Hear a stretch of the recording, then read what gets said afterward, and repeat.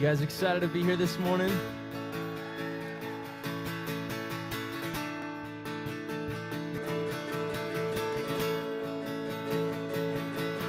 Praise God from whom all blessings flow.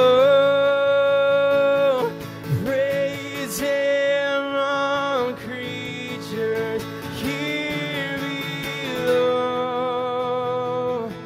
Praise Him above, ye heavenly hosts.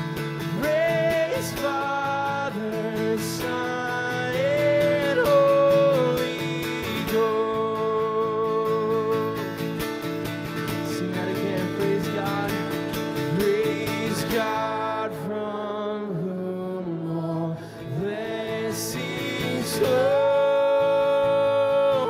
Praise Him, all creatures here below. Praise Him above, ye heavenly hosts. Praise Father, Son, and Holy Ghost.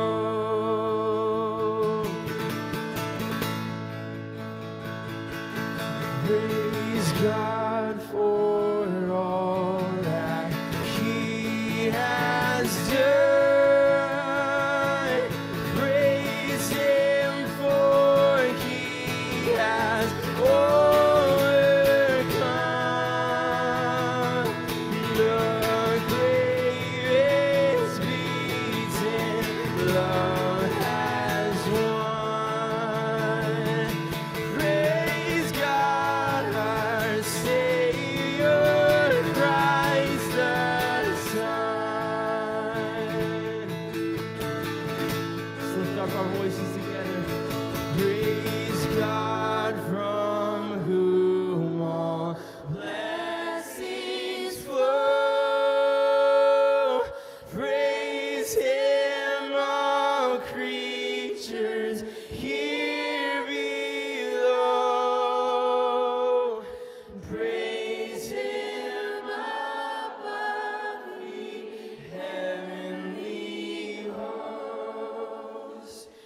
Praise Father, Son, and Holy Ghost.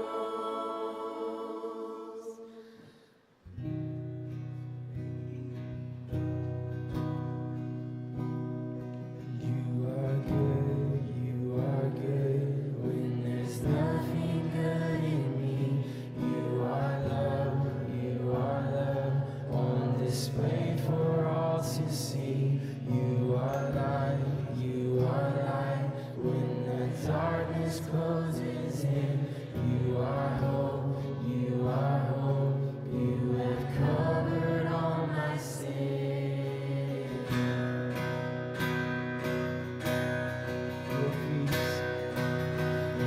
Your peace, you are peace when my fear is crippling.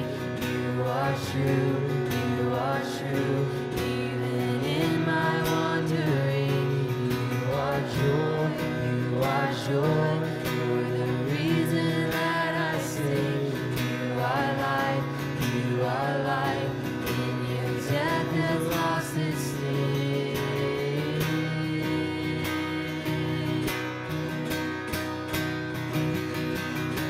So I'll run into your arms. I'll run into your arms. The riches of your love will always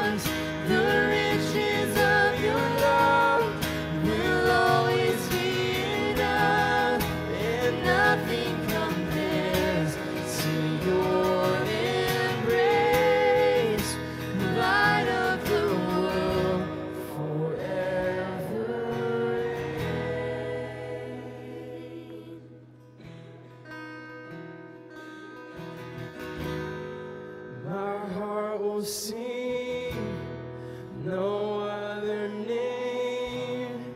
Jesus, Jesus, my heart will sing no other name. Jesus,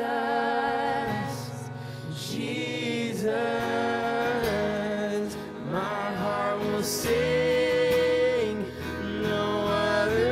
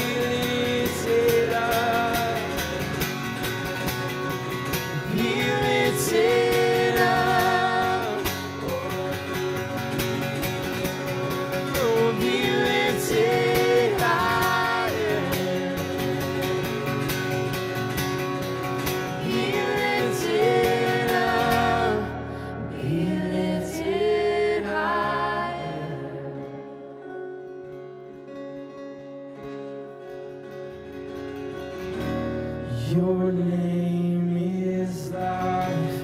Your name is hope inside. Hope inside me. Your name is love. A love that always finds me. Always finds your name. Your name is life. Your name is hope inside me. Hope inside me. Your name is love. A love that always finds me.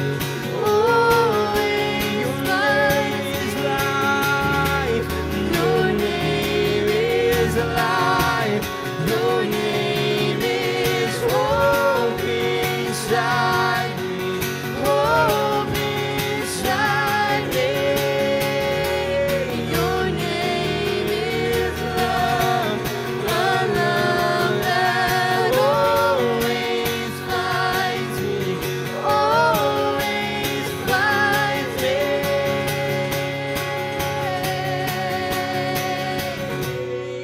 Be lifted up.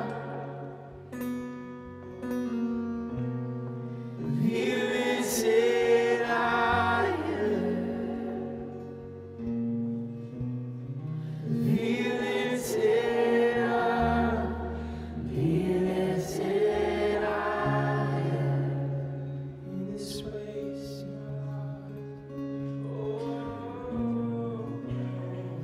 be lifted up.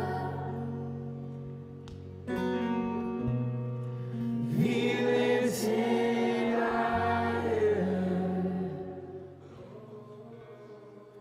Be lifted up. Be lifted higher.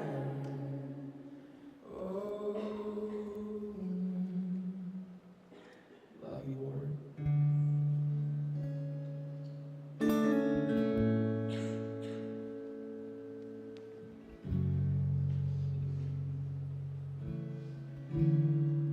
God, this morning, we just thank you that you're a miracle worker.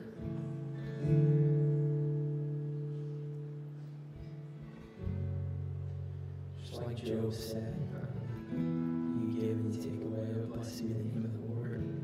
Let us be the cry of our hearts, even now, Lord, as we just sing about your love, this unordinary love. It's not just a plain love, it's not a boring love, but God, it's a fierce love, furious love. And we're just grateful, God, that that love is poured out on us.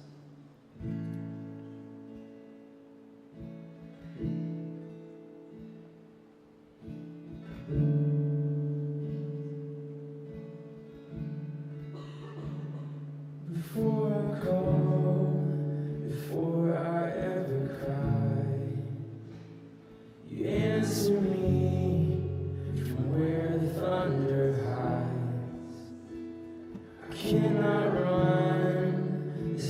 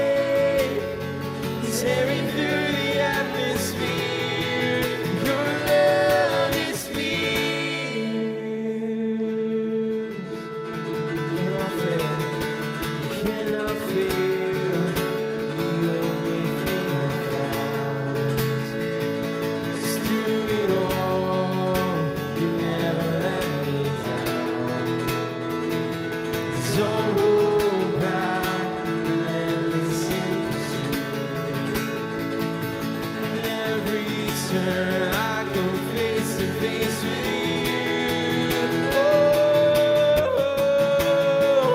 like a tidal wave crashing over me, rushing in to meet me here. Your love is fierce, like a hurricane that I can't escape, tearing through the atmosphere. Your love is fierce. Chase me down, seek me out. How could I be lost when you had called me found? Chase me down, seek me out. How could I be lost when you had called me found? You chase me down, you seek me out. How could I be lost when you had called me found? You chase me down, you seek me out. How could I be lost when you had called me found?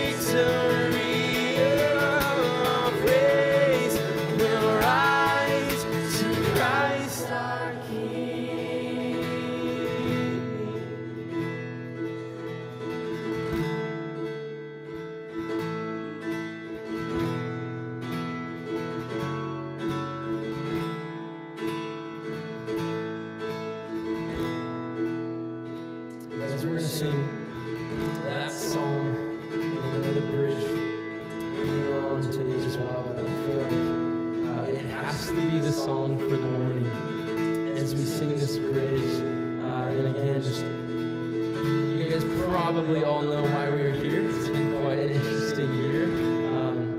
But again, if you guys would just sing this with us this morning, as we just continue to lift up the Lord, acknowledging again what He's done. What He's done.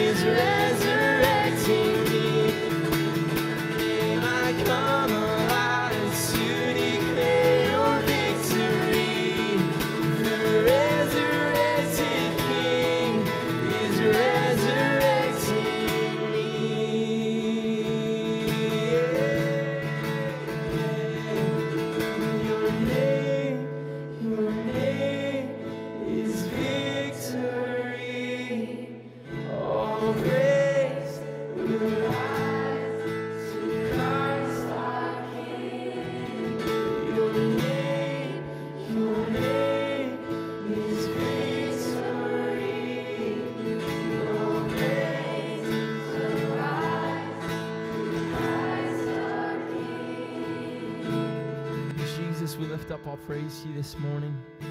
All glory, all honor, it's all yours, Lord. And God, I think we're all just excited to hear today of what you've done. And so, God, as this story is told, as your word is proclaimed, God, would you take center stage? Would you be the main attraction, Lord? Would we just be here? Would you refresh our hearts? We pray this in Jesus' name. Amen. Amen.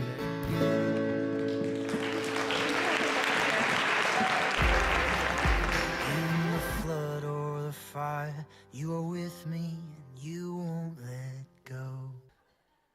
I was studying up in my office September 29th, and I got a phone call that something was happening and I needed to be down here. And when I came down, there were ambulances, and I found you right outside this doorway, kind of crumpled up in the floor. Can you tell us what happened that morning? I've spent 13 years being trained to do CPR. The last 2 was how to use an AED machine. So that Sunday morning, while it started normal, really became anything but. So after I helped her unload donuts and had gotten this sanctuary pretty much set up the way that you see it now, I was running around doing some little things. And I had stepped outside to do some things and came back in. And just as I had rounded that corner, she was laying on the floor, arms stretched out wide, Bibles and purse perfectly laid beside her. And I said, "Are you okay?" And there was no response. So I set whatever drink I had in my hand down on the stairway and went over to her and shook her a few times, and there was no response. And so I ran down the hallway to where you guys came in, and Holly was there, and I said, "Holly, you need to dial 911 for me." And she said, "What?" I said, "We're in trouble. We need 911 now." And I ran back to her and tried to see if I could get her attention again, nothing. And at that point, I was looking for Jonathan, who not 5 minutes earlier I was mad at because he was late, but I didn't tell him that. The Lord has a sense of humor with that. And so at that point, I was feeling around for a pulse, and all he says, the person on the other end of 911 says, you're going to need to start CPR. And part of me froze in the essence of, I've never had to use this. And my wife is the first person that I get to do this on. And so I started, and about that time I heard the door to the AED machine open. And here comes Jonathan around the corner. Now, he's moving quickly, but he's not moving with vigor until he sees who's on the floor. And he immediately begins with questions that I follow with, I have no idea, man. Why we're here, I don't know. What triggered this, I have no idea, but we're in some deep water now, so let's roll. So he looks at me and says, well, while I appreciate what you're doing, you need to press harder because you're not actually doing her as good as you think that you are. And I said, okay. And so he gets the machine set up, and we get her shirt off and paddled up, and I don't know, 10 seconds, it says, stand back and shock her. So we take a deep breath, and I say clear, and he hits the button, and like you see in the movies, her body convulses, and nothing happens. So Jonathan, that surprised you, right? You weren't expecting that to be the case, correct? Yeah, nothing prepares you for that. I mean, I've seen patients over the years who've lost their pulse or go into a death rhythm, like what Stephanie had. But it's completely different when you're running around the corner, because I expected to see one of the setup guys on the floor. Because there's a lot of guys here that are my age or older, you know, over 40. And that wasn't meant to be funny, but we got some older guys, and I expected to see one of them on the floor because it gets kind of strenuous in here and stuff. And when I rounded the corner and saw Stephanie and her husband starting CPR on her, that's something that I'll never forget as long as I live. I mean, I've heard of spouses doing CPR on their husband or their wife, but nothing prepares you for seeing someone like Stephanie in her mid-30s and her husband doing CPR. To me, that's always, when I've imagined that, it kind of breaks me to imagine doing CPR on your spouse. Mm-hmm. And when I came around the corner, the first thing I noticed is that she was kind of blue. She was kind of gray, which meant she wasn't getting enough oxygen to her. And I felt for a pulse. I couldn't feel a pulse, which really surprised me. I mean, I was just in shock about this whole thing. And then when we hooked up the defibrillator, it said to shock her, which surprised me again, because I was not expecting the kind of rhythm that would call for a shock. That's something that you would see in somebody that's a lot older, that's had a really bad heart attack, who has some real rhythm problems. And when it said to shock her, I just thought, I can't. Once again, I'm in complete shock. And we shocked her, we kept feeling for a pulse, there was no pulse. Like Craig said, you know, I said, you're gonna have to push harder and faster. You know, and even to say those words to her husband shakes me to the core. To tell a husband to do that with his wife. And if you've never seen it before, it's a violent process. Mm-hmm. It's an incredibly violent process. Yeah, very. So after the first shock, within another probably 30, 45 seconds, the first EMT was on site. And she immediately took over. And I kind of took a small step back and was still somewhat participating. And then once the flood of EMTs and firemen showed up, they were asking me, okay, well, where do we want to take her? And I said, well, she needs to go to Rogue Valley. And they said, okay.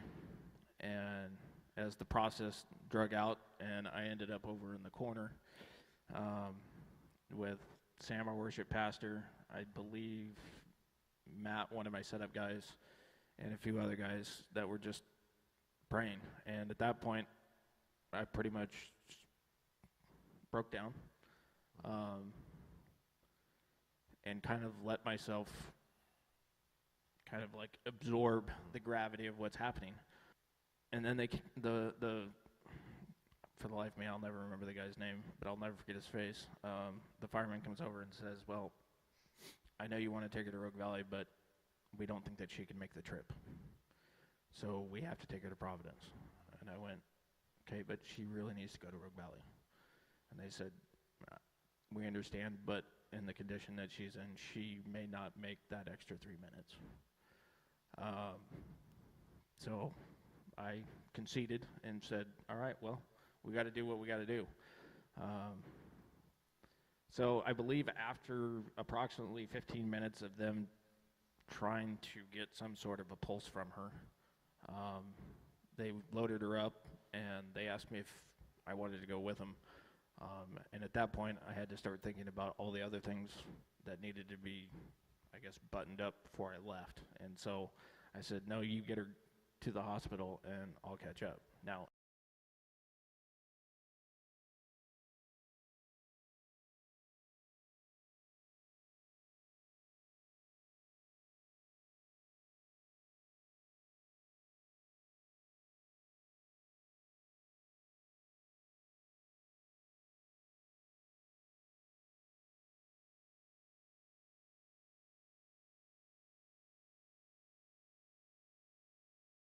So when you're sitting there on the floor there in the hallway, right before they packed her, like when I walk in and you're sitting there on the floor, they're doing all this stuff with her, what's going through your mind? everything from, did I kiss her goodbye this morning? And I just spent the previous week out of town for some training for work, and I was already wrestling with why I was gone that week. And by the time we loaded up and were headed out, I told Aaron and Jeremy, I said, I feel like the Lord's telling me that she's not going to make it through the day. What'd they say? Nothing, which wasn't really a complete shock. I mean, really what do you tell somebody that says, well, I think my spouse is going to die today? But you could feel the support in the silence of, we're going to get through this one moment at a time. In reality, too, we had conversations, and we thought she was already gone. Yeah. So there was a sense of, like, what can you say, even in that moment? Right. Well, and when they've been working on you for that long, you kind of begin to wonder if you're even gonna, if somebody's even gonna be able to pull through something like that. How long was she on the ground before they actually got her on a stretcher and carried out? Probably every bit of 15 minutes. So they drove you over to the hospital, and you met her where? So Providence had a chaplain there ready to meet us, and he took us into a waiting room just right around the corner from the emergency room to kind of basically wait as they hooked her up to everything you could possibly hook her up to.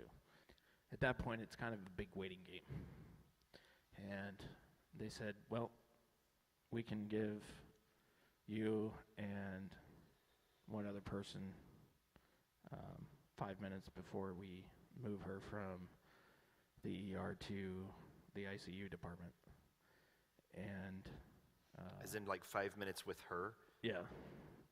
Just in case. Yep. And when I walked into that room, pretty much nothing will prepare you for what you could see. In my case, I found a lot of blood. To which my first question is where did all that come from? They said that's not completely uncommon for them to see that when they intubate somebody. Now, when kind of backing up, when Jonathan gave her a breath of air during CPR, you could hear something gargling inside of her, some sort of fluid. And at that point, seeing all that fluid out there kind of, brought me back to that, saying, okay, well, that probably makes sense. Jonathan, what is that? What's happening in that process? And with all the shocks that Stephanie had gotten along with the CPR, she was building up a tremendous amount of lactic acid in her system.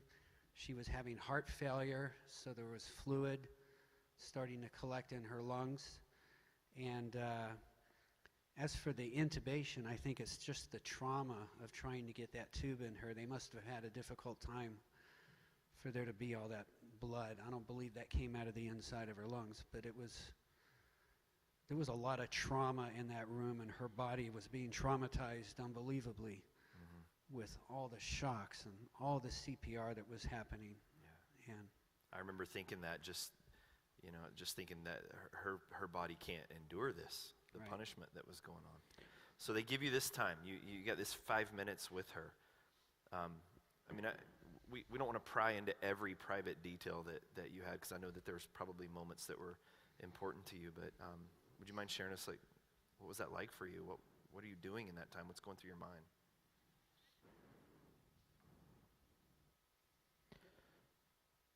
A lot of it was just pure shock.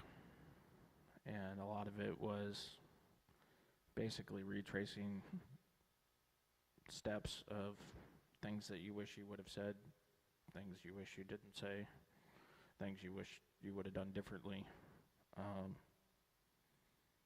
Because really at that point, you don't really know whether they're going to make it or they're not going to make it. And I spent a lot of time trying to retrace steps of life, and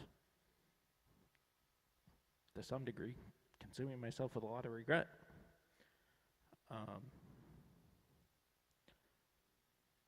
But really the stuff that really continued to transpire throughout the day was a constant code blue after code blue after code blue after code blue after code blue.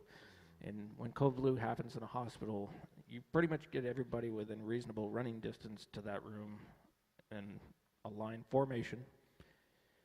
And they all get between a minute to 2 minutes to do CPR on you before they change out to the next person. I can't even tell you how many people that we went through. The first machine that was hooked up to her as far as electrical shocks, I believe that was through roughly midnight on Sunday, and that machine counted up over 50. So 50 times, paddles on the chest, those sorts of shocks. Yeah, and that's not even counting whatever the EMTs did here and the AED machine. And then once we really kind of got to the heightened point of the day, around 3 o'clock, the doctor and the cardiologist at Providence had kind of pulled us out and said, now, everybody's still in the room working on her, and they're still doing CPR, and they're still shocking her, they're still doing everything they can. But Dr. Bell needed to have the conversation, at what point do we give up? Jonathan, working in the cardiac unit, you see this kind of stuff happen. 50 plus, and honestly, based on other things that we saw happening here, maybe 70 by the time it was all said and done. What's the effect of that on the body, and how common is that even? Well, I think it's uncommon to take that many shocks to bring somebody back, but not with the elderly, but with her, she had a young heart. So it was like, what is going on here? Nothing seems to be working. They were giving her all kinds of medications, and even the medications that they give her to try to stimulate her heart is causing more stress on the heart, epinephrine and things like that. And she got so many shocks that it was building up acid in her blood, some lactic acid and different things like that, that would damage the brain. She wasn't getting enough oxygen to the brain. I mean, they intubated her and stuff, but still, each time that her heart would stop, it's a risk right there of what's called encephalopathy, where you're just not getting enough oxygen to the brain. And I was thinking, at the time, I was thinking, if she comes out of this, she's probably not going to be here mentally. She's going to have a lot of damage because of it's taken so long to try to bring her back. And you know, a lot of people that go through CPR, that's a huge risk is encephalopathy, where you haven't gotten enough oxygen to the brain, which is the most sensitive organ in the body when it comes to oxygen. So I just was, you know, I was feeling like Craig was, and if you don't mind, I'll share about the doctor coming out real quick. Sure. Yeah, he just came out and he said, you know, I don't think there's anything else we can do. He said, her heart is dying. And at that moment, Craig broke down, and I sent a text to my wife, who was in the waiting room, and it said, it looks like Stephanie's went to be with the Lord. And then the doctor left us for just a moment, and he came back out and he said, well, she does still have a pulse. And Actually, what he said was, we got a pulse back. Yeah. Yeah. A faint one, Yep. Yeah. but I remember that. And I texted my wife again, and I said, it looks like we have a pulse. And then she texted me back and said, well, which is it? You know? Yeah. And I took a picture of that text. And, you know, I showed it to Craig, I've shown it to Stephanie, because that's just something that is a memory of that text, you know. And, you know, we were shaken to the core at that moment. And even when he said she has a pulse, it's like, well, that's great that she has a pulse, but For how Yeah. long? yeah, It felt like false hope. yeah, Mhm. exactly. So at that time, the ER waiting room was full of people. The Hamasus, your guys' shepherding elders were there. You had family there. The pastors from Heritage were there. Everyone's in there. Back in the ER, it was the two of us, obviously you, and Scott and Becky, Stephanie's parents, and a constant swarm of medical personnel. And I can remember at a certain point, we were sort of in a corner of the room. I don't know if you guys remember this, like right before he pulled us out. And the medical techs and whatnot are in their line to do the CPR, and her poor body is just literally bouncing off the bed as they're doing these compressions. It was so violent. And I can remember at one point someone said, do we give her another epi? That's what it is, right? Another epi. And I remember I could hear the doctor go, I guess. Like, that's where it was. And so when they would get these pulses back, I don't know where you are, and you can speak to this. I know where I was in that, and I think, Jonathan, where you were too, was our mindset was already shifted to take care of Craig. This is what's going to happen. This is done. I had texted my wife too, and also I had sent a message to the other Heritage pastors who were in the waiting room. And I literally texted them and said, hey, guys, just be ready. There's bad news coming. So be ready in the room, because here it comes. And they knew what that meant. And so when they would say those kind of things, there was almost, if this may sound mean, it's not, but there was almost a sense in which it was like, if this is going to happen, this needs to happen. Because we were watching you and your family go through the yo-yo of this, and it seemed over. It just seemed done. Would you, right? That's where you were with some of this kind of stuff too. Oh, yeah. I was totally feeling the same way you were. It's like thinking to the future and thinking how I can, be a comfort to Craig in his loss. I was already starting to think ahead of that, thinking about his kids, and just thinking, it's not looking good. I remember thinking that when she was being wheeled out of the church here. I just thought, this does not look good, you know. And yeah, I was thinking ahead. I was thinking ahead to how's this going to work out. Just and So being Craig- there for Craig, because he's going to be a single parent. And so, Craig, when they say that, because you're still experiencing the same things that we are as we watch all this happen, obviously on a completely different level. And then a doctor comes to you and says, how long do we keep doing this? So I knew the answer to that, oddly enough, because my wife and I have had that conversation. And her only request was is that if I am being 100% supported by life support, you do what you need to do to say goodbye, and then you turn it off. So my question back to the doctor was, are we 100% supporting her via a machine? And he says, no. I said, great. I said, so we're still on the same game plan that we're currently running now until we're at that point. And he looked at me kind of puzzled, like, okay. And, of course, you know, Jonathan and Jeff are kind of, I mean, they're no farther than an arm's reach away from me. And I remember hugging my father-in-law and losing it probably for the last time in the hospital for a while, because at that point, the worst has already set into you. And then by the time I turned around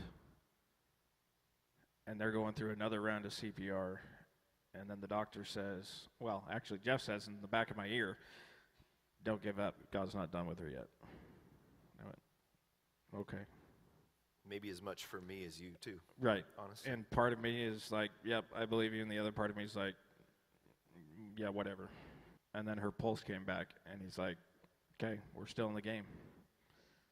And I went, yep. And my first thought was, I'm already ready to get off this roller coaster. I'm 1,000 times not ready to explain to our kids what's actually going on and what that looks like if she doesn't make it. And you should know too, so as the families in the waiting room, they're hearing, oh my goodness, what, 100 times that day? Code blue, room 6. Code blue, room 6. Over. And I mean, like, you didn't go 5 minutes without here. I will never forget that room number, because over and over. And it didn't take a rocket scientist for everyone in the waiting room to realize that's Stephanie. And it gets announced through the whole thing, and then people go running down the hall. And so here's the kids, here's everyone seeing that over and over and over. It was terrible. Yeah, there were some people that were staying in the code room that would normally, or in her room, that would normally leave after a code. And some of them were just hanging back because it was almost like they knew. Just a few more minutes, why save myself having to run across the hospital again?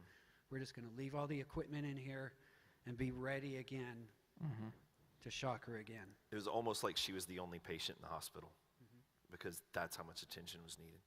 So can either one of you, you talked about this idea of lactic acid, and I remember in that day they brought up the dangers of lactic acid levels and then where hers were. Can you guys talk a little bit about that?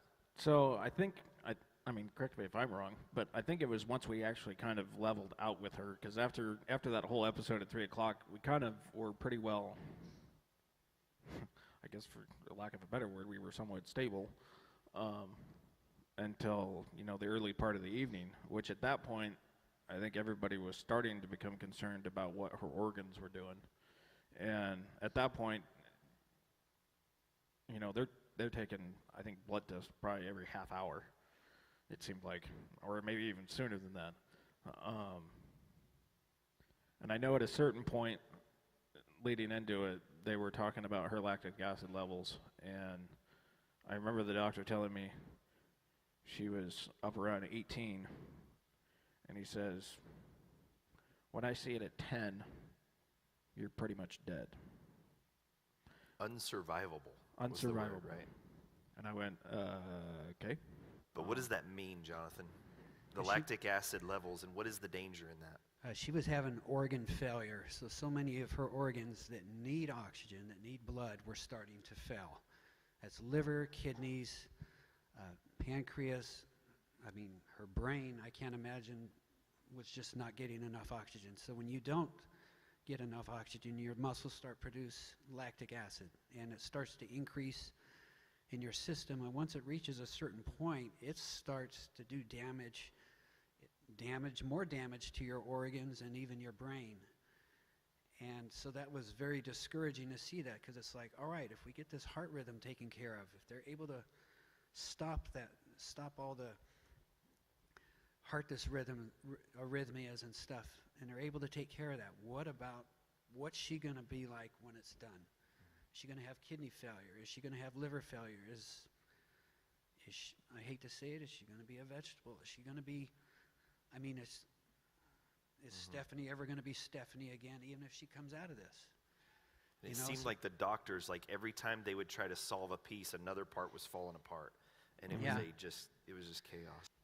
So I remember things start to stabilize. I mean, a little bit that evening. At least the codes aren't coming as close together. Yeah, and a lot of it, she would go into that arrest, and by the time they'd hit the button and everybody come running, she actually would autocorrect and go back to a normal level.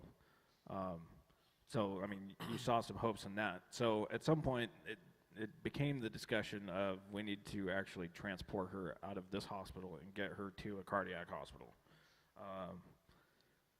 And the driving force of whether or not that was going to be able to happen was wherever her lactic acid level was at, and her stability level. So by Monday, mid-morning or whatever, her lactic acid levels had already come down to 11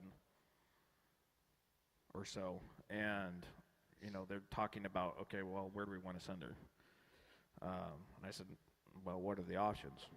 He says, well, if they have any beds, we can send her to Rogue Valley, or we send her to River Bend in Eugene, or we send her to OHSU. I said, well, let's start close to home. He's like, all right, well, I'll make a few phone calls. So they were able to get her a bed at Rogue, and they were continuing to monitor her levels and things like that. And so basically at that point, we're waiting for the transfer to actually happen. I think by 5 o'clock, we finally got her loaded up and moving. And I think everybody was bracing themselves for the 8-minute drive that was. Longest 8-minute drive ever. Yeah. And so I get to the hospital the same time as the ambulance. Walk in through the ER doors and through a couple back places, get her up into the critical care unit, and I come walking through the door, and I think half the nurses, the charge nurse, already knew who I was. But they already had a plan in place too, correct? So by the time they got her situated,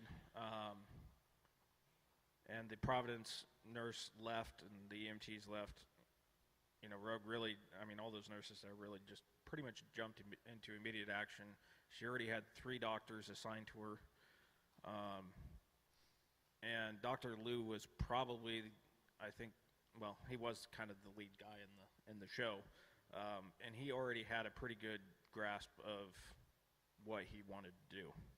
So his questions to me were, okay, what kind of drugs is she on? What kind of medications is she on?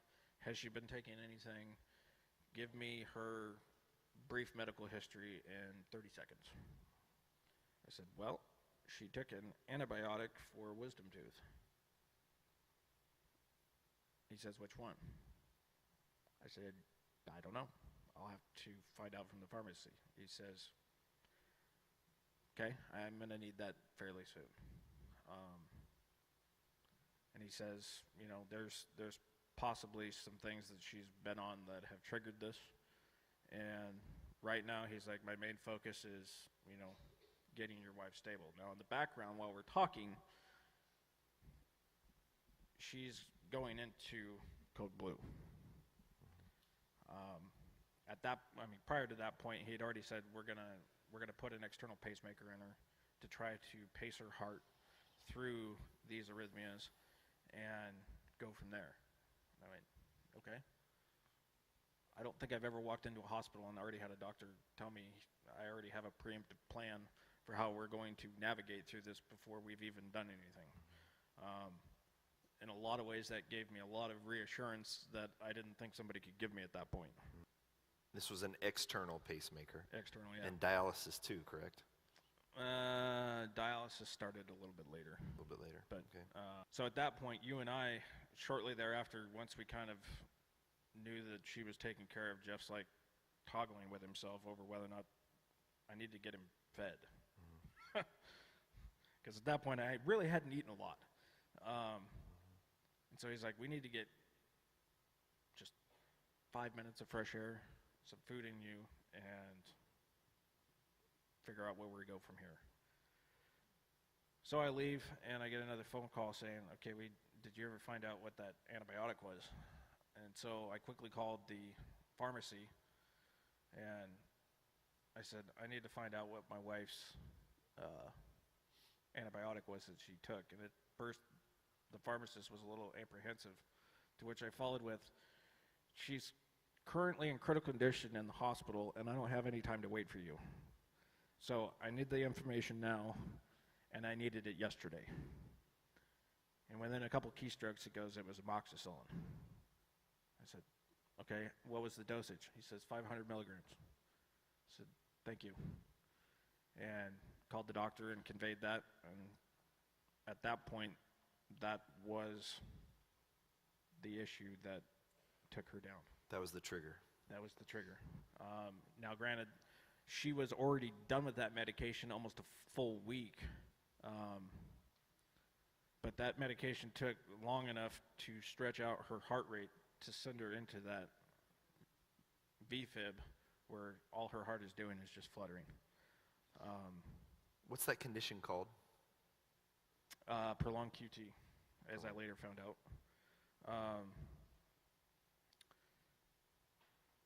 So they hooked her up to the external pacemaker, and they pretty much went through the gamut of all the things that she came with from Providence and redirected and put her on the minimal amount of just about everything you can give her to see how she would do. And that worked for quite a while. Once they had her on that external pacemaker, she didn't really have any other issues. And it would appear that she was starting to stabilize. And then, at that point, we're still worried about organs, and we're worried about what her brain function is going to be like because she's still in a coma. And so you've got little bits of hope there.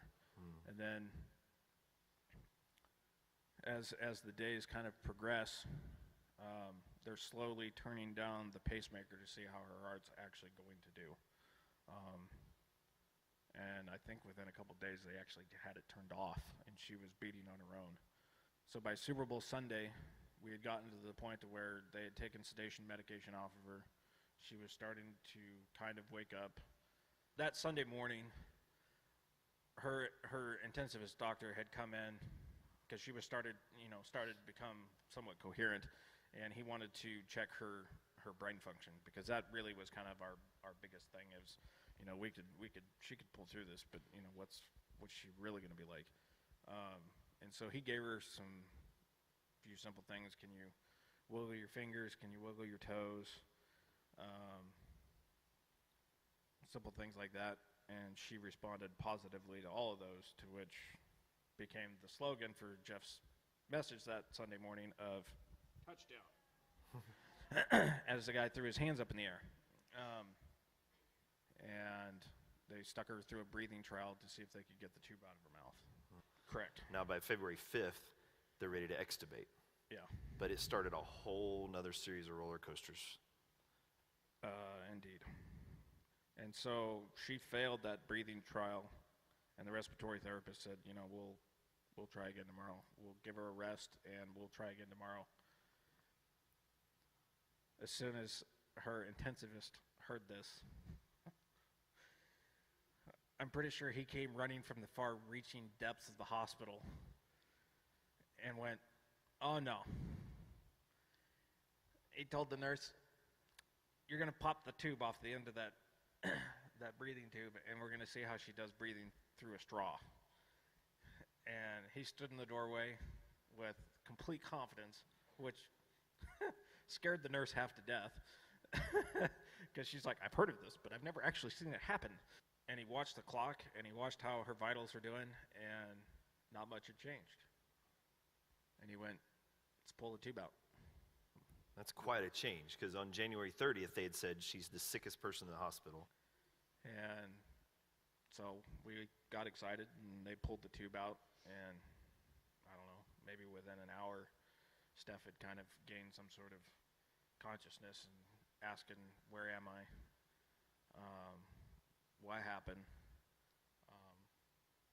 And things like that. At which point I said, you're in the hospital, and it's been a week. Her first response was, oh my gosh, I'm late.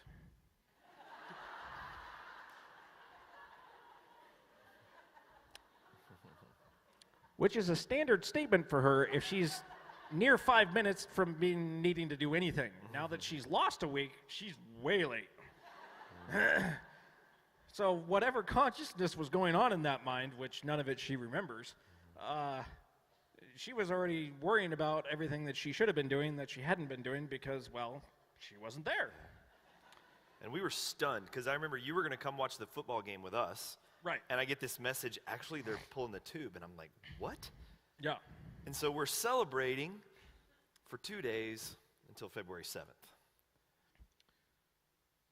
So Sunday, was a rather elating day. By Tuesday, Steph was very much alert, but in a lot of pain, and understandably so. And she was constantly tossing and turning, and just, she was miserable. And you could hear her screaming. If you left the room, you could hear her down the hallway screaming. Mm-hmm. I remember coming to visit, and I could hear the moment I walked in, I knew who it was. Mm-hmm. Yeah. And around noontime-ish, the nurse said, why don't you go ahead and just take a walk around the block, because she knew that this was pretty taxing for me.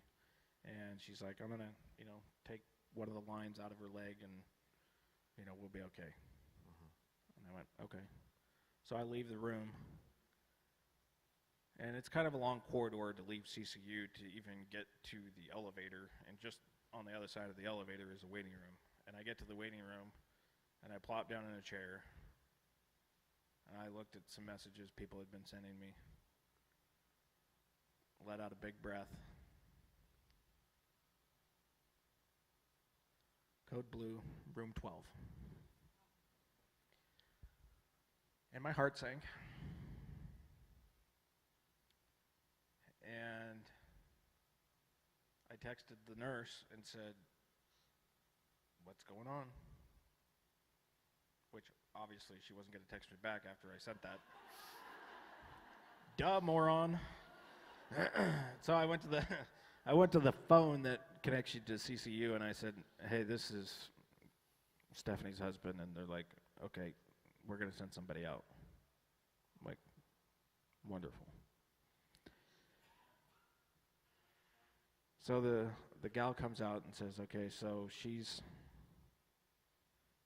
gone down, obviously. She's like, do you want to talk out here, or do you want to come back? I said, well, I've already seen the worst you're going to probably throw at me, so we might as well just go back there. And at that point, we went back, and I stood halfway in the hallway, and I think I saw more people in that room than I did at Providence, which slowly followed behind a lady with a giant cooler full of blood. and at which point they told me she was bleeding out internally. And I went, I'm sorry, what? They had basically resuscitated her enough to have a pulse, and they basically shot 2 liters of blood at her, or 2 pints of blood, and that more or less brought her back to consciousness.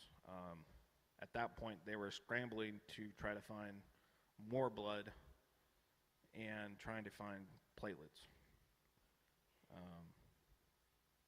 So I was getting little bits and pieces during that, and at that point, the hospital social worker had showed up, and the hospital chaplain had showed up, and then I had basically the non-nursing staff of the CCU more or less kind of circled around me. And at that point, I was already frantically texting Jeff, we're going down the hole again, and it's not looking good. I remember Jeff's that. like, the first message I got from you was, get over here. Yeah. And Jeff's like, I'm on my way. And I'm like, you're not fast enough. I did my best. But I can say this, though. We can laugh a little bit now, but when I got there, you were frustrated. Very. Really frustrated. The cycles, the high. Every time you get hope, it gets crushed. And now she's bleeding internally. It's like, what's next? Now they're going to find cancer next. Like, what in the world? So, to kind of, not to downplay this part, but really it became a lot of series of tests and trying to figure out, okay, where are you actually bleeding from and how do we stop it? And really over the course of the next few days, that, was kind of a struggle for them to get it figured out and get it stopped. They had a couple places that they thought, but they didn't think that they were definitive enough. And at that time, you're still pumping more blood to her. To which her best friend sent me that video that you guys saw in the beginning as kind of an encouragement, which pretty much became my anthem for the rest of that hospital trip and even today. The song had a certain amount of impact for me of the fact that we do have a hope. But the impact of that song didn't actually happen until I watched the explanation of that video and why they wrote it. The vocalist shared a story of a similar situation that they were going through, and that they wrote that song for their bandmate sister so that she would have promises to hold on to as she was recovering from cancer or fighting cancer. But his biggest, I guess, encouragement to me is that, as Isaiah 43 said, the Lord walks with us through the fire. He walks with us, through the waters, and He's called us by name. Followed by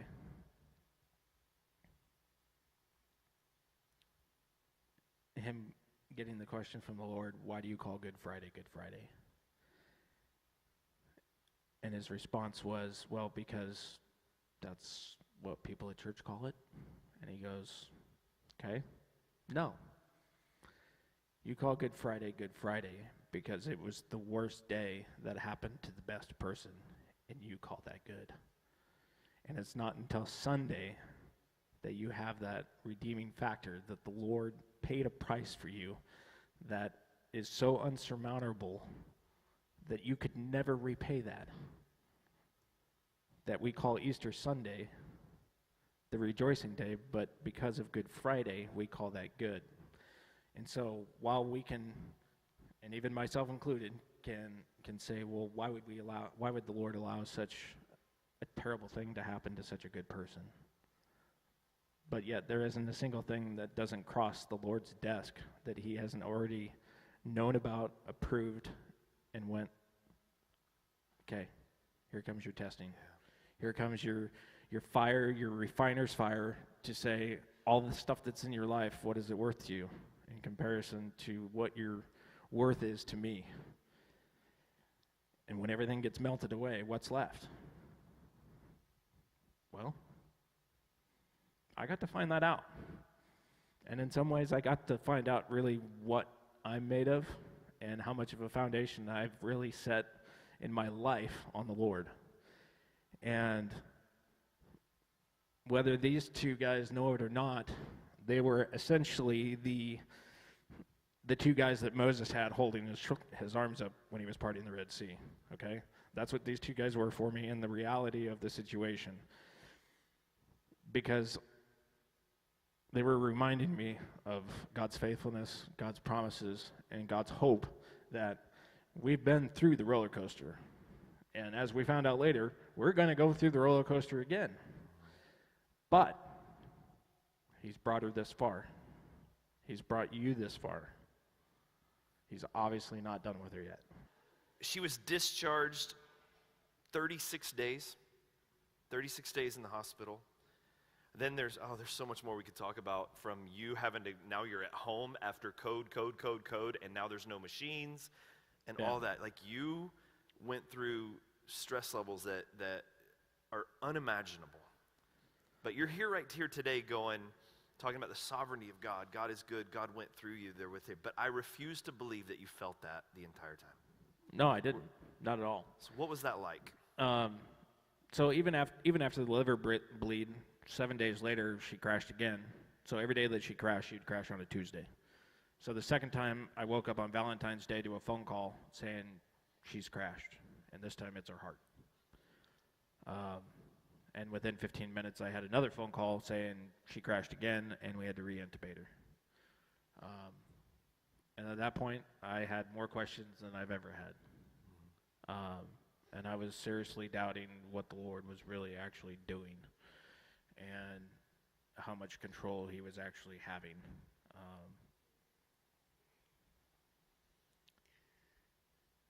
To which I couldn't actually go home because walking through my front door would pretty much fold me in half, because everything about my house represents my wife.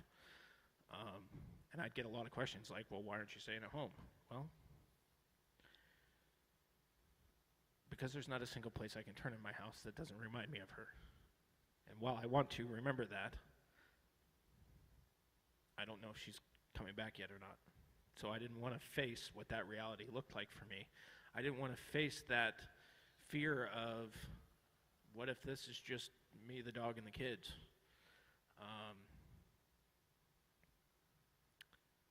On the other side of it, once they discharged her, it was a moment of happiness and a moment of, oh my gosh, what are we doing? I spent the next 3 weeks basically lifting her in and out of bed, helping her to the bathroom, lifting her up off the couch. I was literally full-time home health as I tried to help get her to learn how to walk again, help her navigate it throughout the house, and run her to various doctor's appointments. And over the course of a month, she tremendously bounced back. I mean, there's no other explanation for it. By the end of that month, she was getting up out of the couch by herself, and she was, she wasn't moving around like normal like she wanted to, but she was mobile. And I know for Jonathan, leaving that hospital was kind of a big day for him, in that he's standing behind her, wheeling her to the door, and he's watching me go get the car to bring it around. And as those doors open, you've got this breath of fresh air that hits everybody's face. For Steph, it's like, oh my gosh, there's fresh air. For everybody else, it's like, we've somehow made it through this. But through that, I had a lot of questions. I had a lot of doubts. I even spent a lot of time wondering if the Lord was even listening to not only my prayers, but everybody else's prayers that were praying for her throughout the country. The band of people that gathered together to pray for her, that still blows my mind to this day.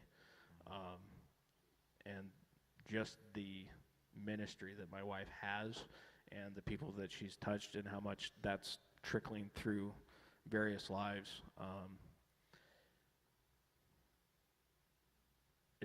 It's indescribable. But through that all, the Lord has shown his faithfulness. I mean, we put a pacemaker in her, and she's on some medications that help control her heart rate. But she's here. And, you know, what does that look like today for me? Well, today I struggle constantly with reliving what January 29th was.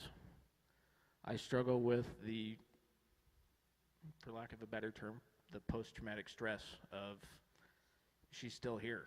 And sometimes I find myself putting my hand on her heart to make sure she's still here. And to some degree, I feel like I'm getting back to normal, but she's not. And until something happens where she's out of breath or she's really fatigued that day, it doesn't really register until it's like, hey, dummy, she's not quite normal yet there. And the fight isn't really actually over, even though it looks like it is. So to see her up here this morning, as bubbly as she is, we're not over yet. Yes, we're hopefully past all the rough parts, but we're not there yet.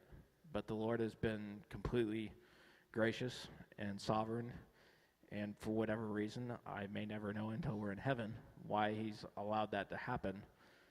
But in the meantime, we're going to give him thanks for it. And that's our whole purpose here today, is to remember that while we don't understand why the Lord takes certain loved ones from us or why he allows certain loved ones to stay with us, there is a purpose in it. I'm thankful that she's here and that we get the chance to help raise our kids with their dad and their stepmom, and the four of us continue to kind of grow together and learned a lot of valuable lessons in this, and became actually more of a tight-knit family than I think we've ever been. For me, the redeeming factor is that whatever differences we all may have had with each other before has now been like, okay, so this is where you guys were, and you all sucked it up, and today we're going to do this and watch it all come together. And I couldn't be more thankful for that. And I've watched the difference in our kids as they've lived through that, as they've grown through that. And, you know, the appreciation that we have just for the day, I think, has drastically changed, because it really is but a moment, guys. It really is. And until you've really had the gravity of something like this that kind of grabs your life and says, okay, what do you got? You don't know. And you don't know how quickly it goes. And I'm thankful that Sarah sent me that video for the reminder of the gospel, that the Lord died for us and that we're redeemed, we've been called by name, and that he's there to comfort you in both those difficult times and through the good times. But if we don't ever go through a difficult time, we'll never know how good the good times really are. So, the thing that's really impressed me as I've got to watch you guys from this perspective has been, first of all, your worship of God through this has not been tied to the fact that she got out of the hospital. And there's a lot of people that they go, that's how we know God is good, because see, she's better. And you've not done that.